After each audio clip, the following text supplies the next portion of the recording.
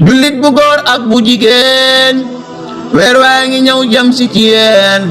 nañ farlu gaaw jublu ci yéen làq nga neel ni Ramadan lay farata nga matale la cey sunna nga ràññale loo ci xamul bul jëllale leerlul ci weer wi Ramadan say kàddu it rafetalal sa jaamu gi na nga matal saw yaramit nang ko yiwal ci barke weeru Ramadan. bismillah salaamaaleykum wa rahmatullah guddi ñaar fukki ak juróom benn ci julli fukki rakaa bu ci ne ginnaaw Faatiha suuratul Qaari'a benn yoon qul huwa allahu ahad juróomi yoon bu nekkee jégalu yàlla lu mu mën des na ko mu dal ci sawara dana mel ne ku woor diiru jamono jëpp te des na ko ca bindal tiyaaba ju toll ne li mu biddiw yëpp ak xobi garab ak tiyaaba ju fees diggante asamaan ak suuf te bu dekkee des na ko boole rek Jibril ak Mikaayil ak Israfil ak Asraayil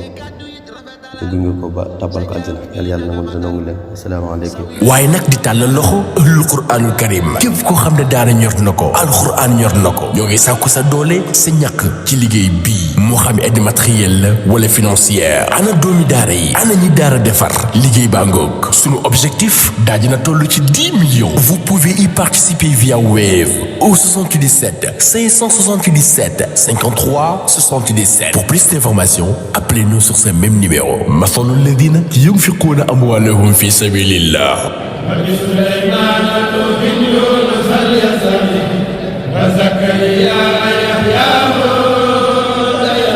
bismillah Touba ñu ngi jàpp 5h37 dog 19h21 Diourbel ñu ngi jàpp 5h38 dog 19h22 Dakar ñu ngi jàpp 5h43 dog 19h27 Thiès ñu ngi jàpp 5h41 dog 19h25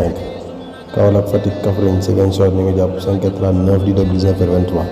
Sédhiou ñu ngi jàpp 5h32 di dog 19h16